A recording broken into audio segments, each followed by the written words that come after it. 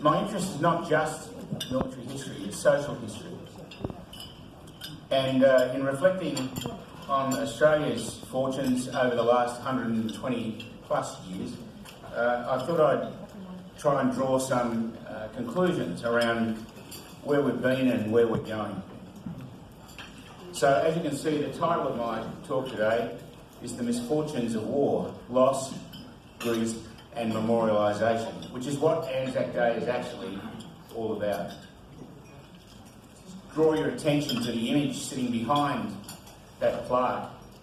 That's the unveiling of the Boer War Memorial, which is out the front of Government House. That took place in 1904. And it's interesting to reflect on how that was marked compared to what was to happen just a short few years later. As you can see, there's a massive crowd. It was almost like a victory celebration. And can I say, it brings back sort of reflections on the Roman Empire and all that sort of thing. And it very much reflects a Victorian view of war, which was pretty insulated from the reality that was to follow. We sent a number of contingents from all over the country to the Boer War. Casualties were relatively light, and when it was all over, we consoled ourselves with the notion that it was worth it and we won, whatever that meant. But all that was to change just a few years later. In 1914, the world went to war, and Australia got caught up in it, even though we were at the far reaches of humanity at the time. I'll just make sure I can click this on. Okay. Right.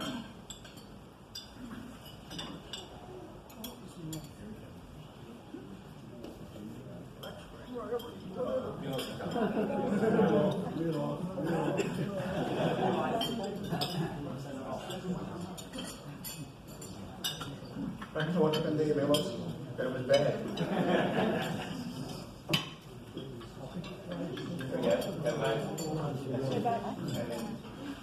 I've got two here, which is always a worry.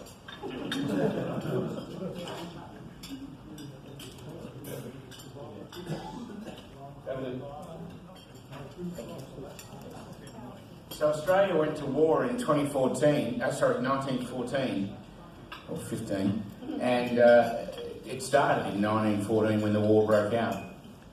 And we would be swept up into a maelstrom that I don't think anyone could have contemplated beforehand. Once you start losing your young people, it causes a huge ruction in society. And the two illustrations I've got there on the screen are by celebrated war artist Will Dyson. And they hit at the heart of what memorialisation is all about.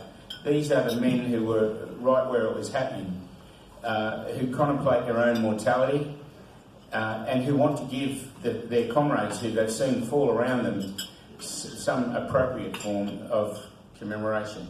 The scale of what happened in the First World War has never been approached since, and I'll talk a bit about that now. The fact is, at the time, we were a nation of less than 5 million people. We sent 330,000 young men and some women overseas in harm's way. 62,000 didn't come home. The statistics are still mind-boggling. Here we are 110 years later.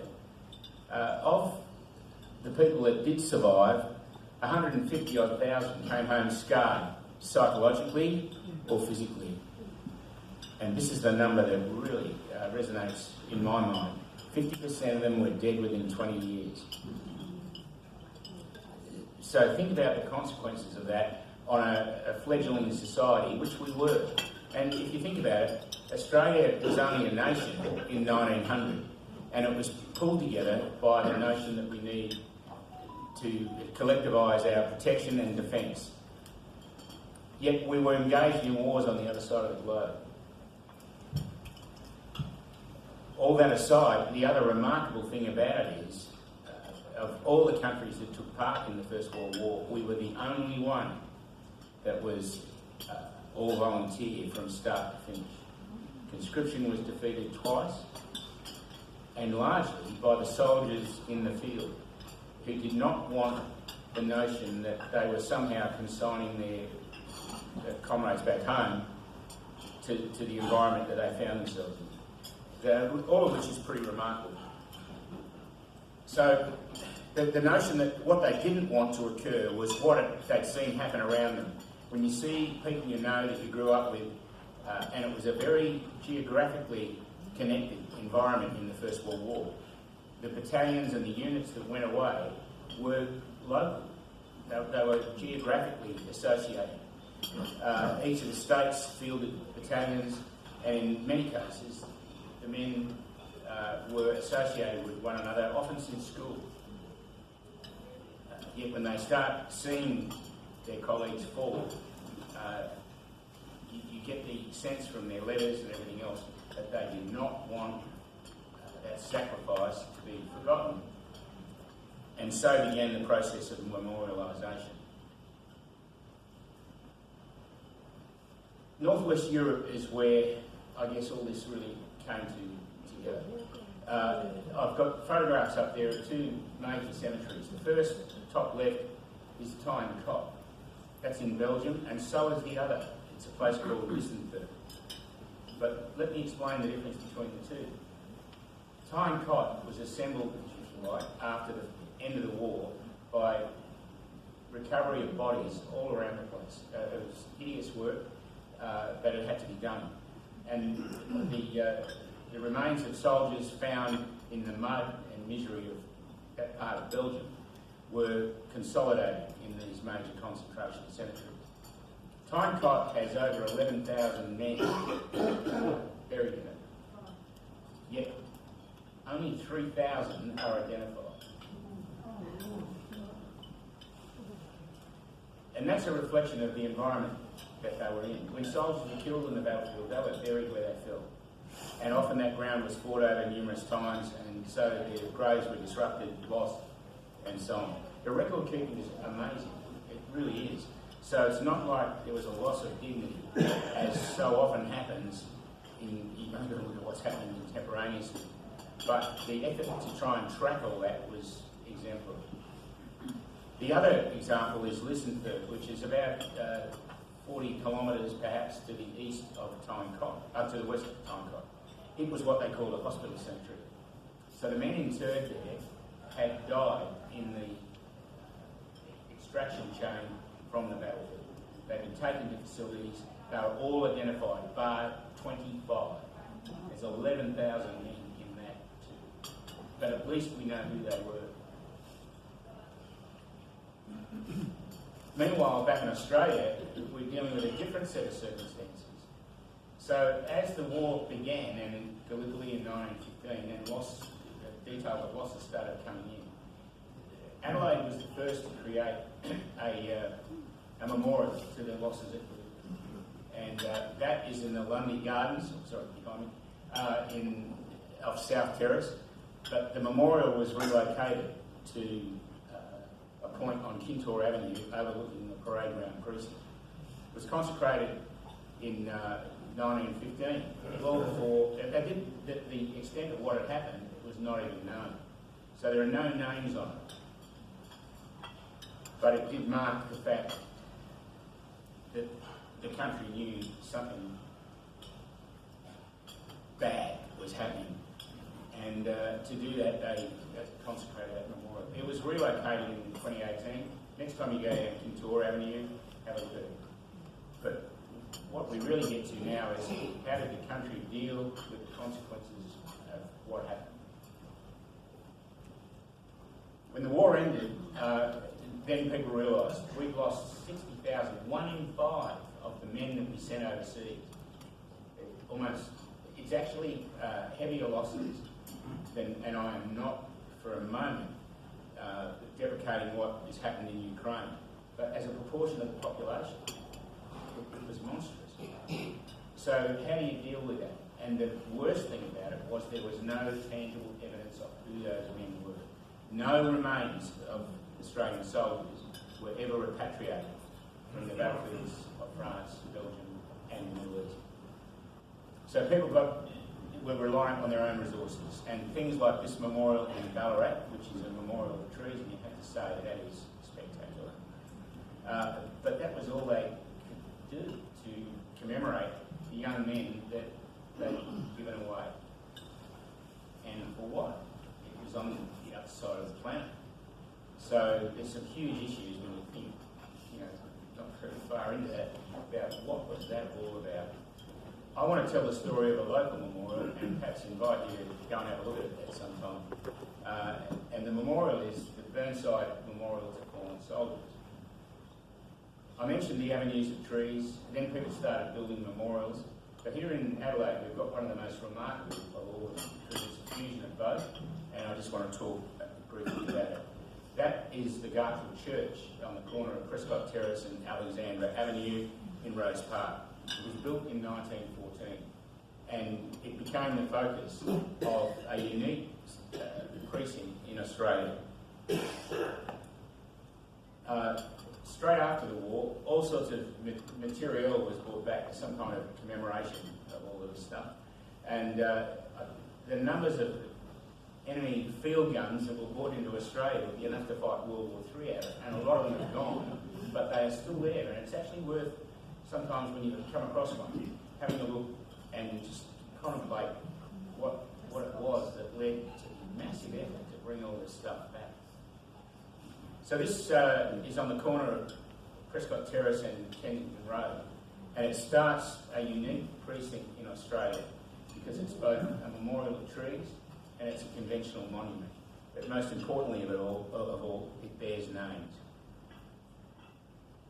So the good citizens of Burnside decided as early as 1918 that they needed to do something about it, and they began a process of collecting funds and then collecting names of who they wanted to commemorate, and then what might we do about it.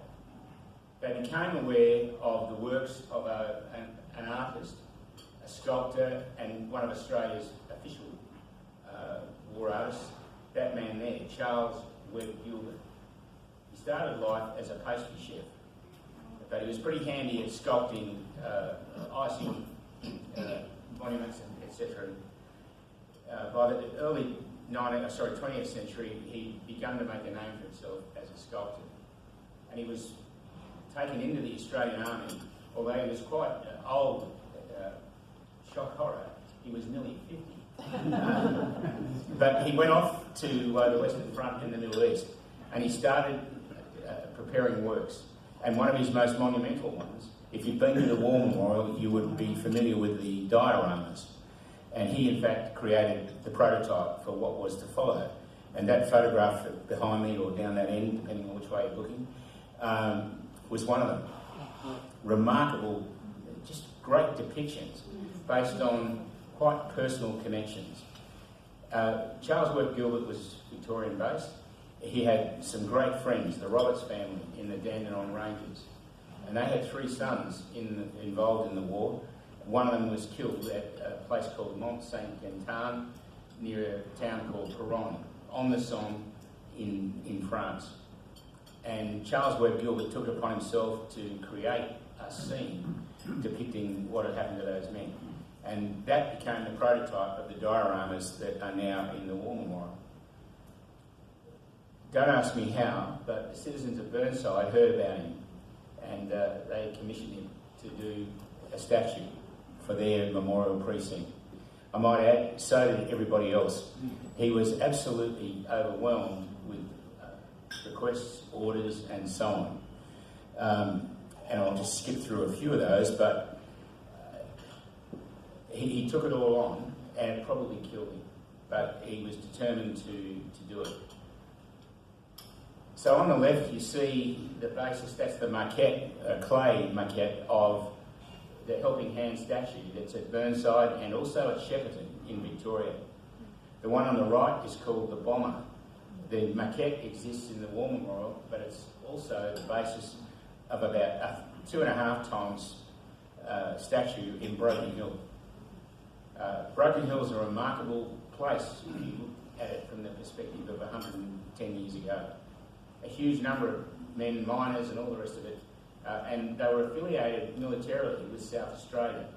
They formed a huge proportion of the numbers of soldiers that departed from South Australia, and their sense of involvement was massive. But that one on the right there that you see is a statue called the Bomber. It's a man throwing a hand grenade. If you ever go to Broken Hill, it forms the centrepiece of their memorialisation. So this was an effort by a society to mark the passage of these young men who they would never see again. So, meanwhile, back in Burnside, in 1924, it took 5 years to get this up and running. But the statue that you see there was erected and opened on the 14th of December 24. And we marked the centenary of that last year. Charles Webb Gilbert is a fascinating person. He received so many commissions, he pretty much worked himself to death. His first one was to commemorate the soldiers on the Western Front, and the one on the left there is that statue. Now, it probably wouldn't be deemed politically correct these days, because there's a soldier bayoneting the German eagle on this big plinth at the top of a mountain or a hill in France at Mont Saint-Quentin. The soldiers loved it, and it was totally different to every other memorial on the Western Front that the AIF had commissioned. The rest were all just obelisks. From the point of view of a work of art, it's amazing, but it really annoyed the Germans, and when they invaded in 1940, they demolished it and turned it into scrap. But that same position is now occupied by a very imposing, but perhaps less controversial statue on the right. And Charles Webb Gilbert there in the centre was beavering away at the rapid rate, producing sculptures for all over the country. The next time you're in Canberra, if you go to Anzac Avenue, on the left-hand side as you look up the hill from Parliament House towards the War Memorial, there is a light horse memorial, which is absolutely magnificent. He did that as well. He did another one that was located, an identical copy in Egypt, but it was destroyed during the Suez crisis in 1956, and there is a third in Albany in Western Australia. But as works of art and as just testament to the sculptor's art, they are pretty supreme. He didn't do the one on the right, but it's a majestic piece of work just the same, and far less controversial. But meanwhile, back in Burnside, they got their memorial, and that's the sculpture. It's called Helping Hand. It's taken from that Mont Saint-Quentin diorama, and it shows a soldier leaning down to help a comrade out of the trench to attack the hill and probably confront their mortality. But it also has that magnificent avenue of trees down Prescott Terrace and down Alexandra Avenue. So next time you're over that way, I invite you to stop the car and go for a walk. It is a phenomenal thing. And there's a story behind every name. Keep going. I'm going to flick through these. I'm just going to touch on men who died at Gallipoli, who are commemorated on that memorial. This man, Eric Wilkes Talbot-Smith, first graduating class from Duntroon. He orchestrated a swap with a man named Sidney Rao. Eric Talbot-Smith was killed at Gallipoli. Sidney Rao went on to become the Chief of the General Staff, and commanded Australian forces at Kokoda. It just goes to show you the fickle finger of fate. It's a remarkable thing. These men all died pretty much within the first month at Gallipoli, and we don't have photos of all of them. The point I want to make here is a new form of memorialisation has now occurred through the virtual war memorial. When you attach a photograph and some information to a name, that person's no longer just a mute set of letters on a memorial somewhere. And most of all, the memorials that matter most are the ones that actually name people, because you can do this now with contemporary technology.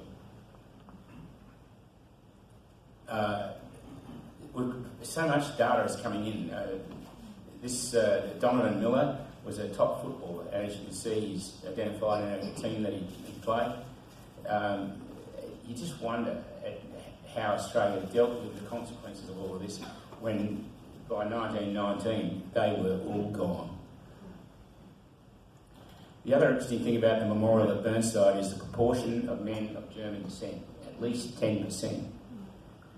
I feel sorry for poor old Karl Schrader. He was killed literally days before his unit was taken off Gallipoli for good. But that's the nature of fate. And this man, and we only have a very poor quality image of him, died. He was a hospital attendant on the beach at Gallipoli, killed by a random shell like 2 days before the evacuation. So you think it's certainly not fair, but there's no point even reflecting on it. It's just the nature of the environment they were in at the time.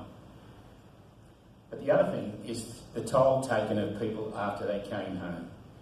I'm going to talk about two Berties briefly. Herbert Hutchison. Now, if you look down the bottom of that image under memorials, there's dozens of lines of memorials. He was a bank officer, so he was known in communities right across the state. But he died almost within months of getting home. This man, I'm going to go back to that one, please. Albert Carl South. I couldn't find him anywhere in any of the roles or anything, and that's because that wasn't his name under which he enlisted. He was Albert Karl Schmelzkopf. Wow. He enlisted at 18. He fought throughout the war at Gallipoli. He got a new pay book issued by his commanding officer because his parents changed their name by deed poll. He won a military medal at Beersheba, the famous light horse charge in Palestine. But not as one of he wasn't charging the enemy. He was manning a machine gun. He was shot through the face. The records are extraordinary.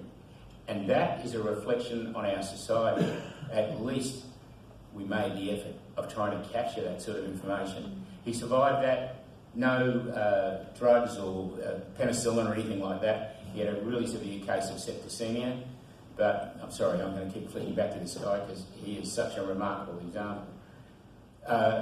He survived all of that and decided, I'm going to be a pilot, and became one. The war ended. He came home and took a farmer's settler's block up at Cadell. He died in 1923, aged 26. So that's the sort of loss that the country had to deal with. And I'm still blowed if I know how we did it. Because we were robbed of the people who should have been the leadership group in 30 years plus beyond that time. Now, when I described, well, I didn't actually use the term, but there's a beautiful word, a combination of words to describe all the cemeteries across the Western Front. They're called gardens of stone. And there's no other place like it. It's the Commonwealth War Grave cemeteries all through France. And you know what? They're replicated in World War II. And the French cemeteries are the same. It just takes your breath away. But Adelaide's got its own. That collection of headstones is at West Terrace Cemetery. It is unique in the world. They are graves of soldiers who came home, survived the war, and then died subsequently. Some very soon. Both the Berties I mentioned, Bert Hutchison and Bertie Schmelzkopf, aka South, are buried there. It's like looking at some kind of, ghosts on parade. Some of them are even buried with their life partners. That is a remarkable thing. And if you've got an idle Sunday, I invite you to go down. It's the very southern end of the West Terrace Cemetery. It's a massive testament to the impact that all of those events had on our society now nearly 90 years ago. And that's why, I guess, commemoration is so important to our society. As we say at the end of the ode and so on, we will remember them. It's only meaningful if you know who they were. Thank you.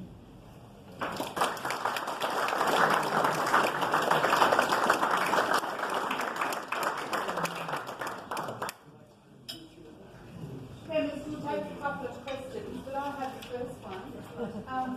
Steve, can you just tell members about the Avenues of Honour, which is a national heritage item?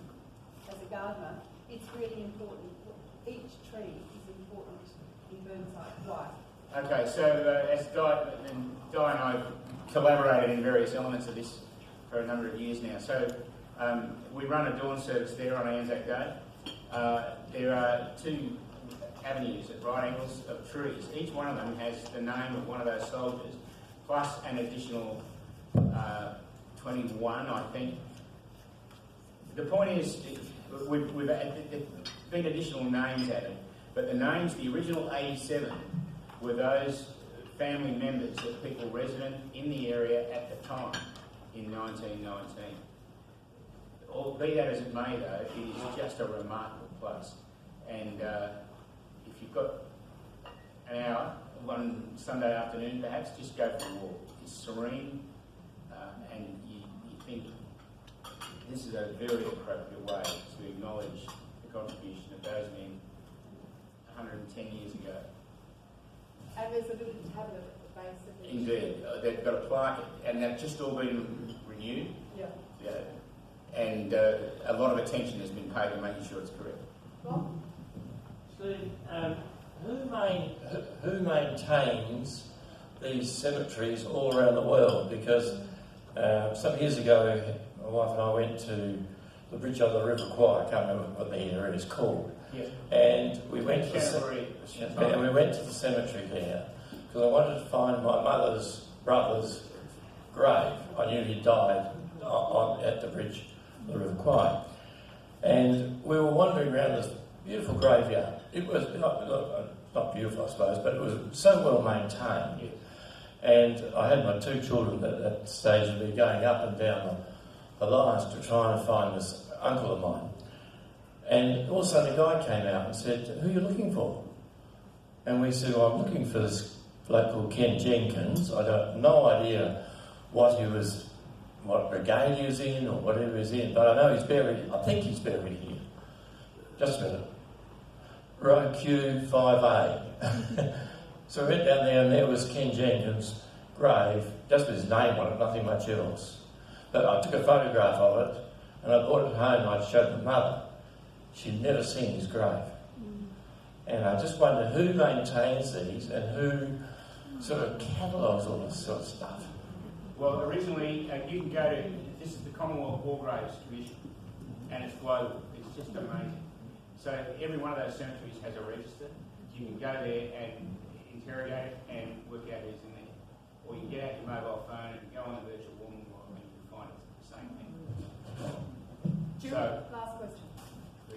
Steve, thank you very much for a sobering and very timely presentation. Just a quick question about the virtual memorial. All the examples you showed us there were from World War I. Does it cover other conflicts so we can add, I'm sure all of us here have got someone in our family that we might like to look up or add? Thanks, Jill. I couldn't have asked for a better Dorothy Dixer if I tried. But the virtual war memorial's got 1.5 million names on it. It's every conflict we've been involved in. Paradoxically, the earlier conflicts are much better documented than the more recent ones. So World War II, they're all there. And there are cemeteries from Murmansk in Russia to Madagascar and the Bermuda Islands. I mean, it's extraordinary where Australians ended up. But the Commonwealth War Graves Commission does an absolutely stellar job. The Gardens of Stone, as I call them in France and Belgium, they're immaculately preserved. The ones that are most under threat are those in the Middle East, because they just get trashed every time there's some drama there. And we've got a lot of people there, mainly from the North African campaign in the early stages of World War II. You can go to Crete, even Sicily, all through France, tiny little villages will have an aeroplane's worth of crew into this. It's just remarkable. And France and Belgium, I guess, maintain them and collaborate with the Commonwealth War Graves Commission because they know the price of freedom.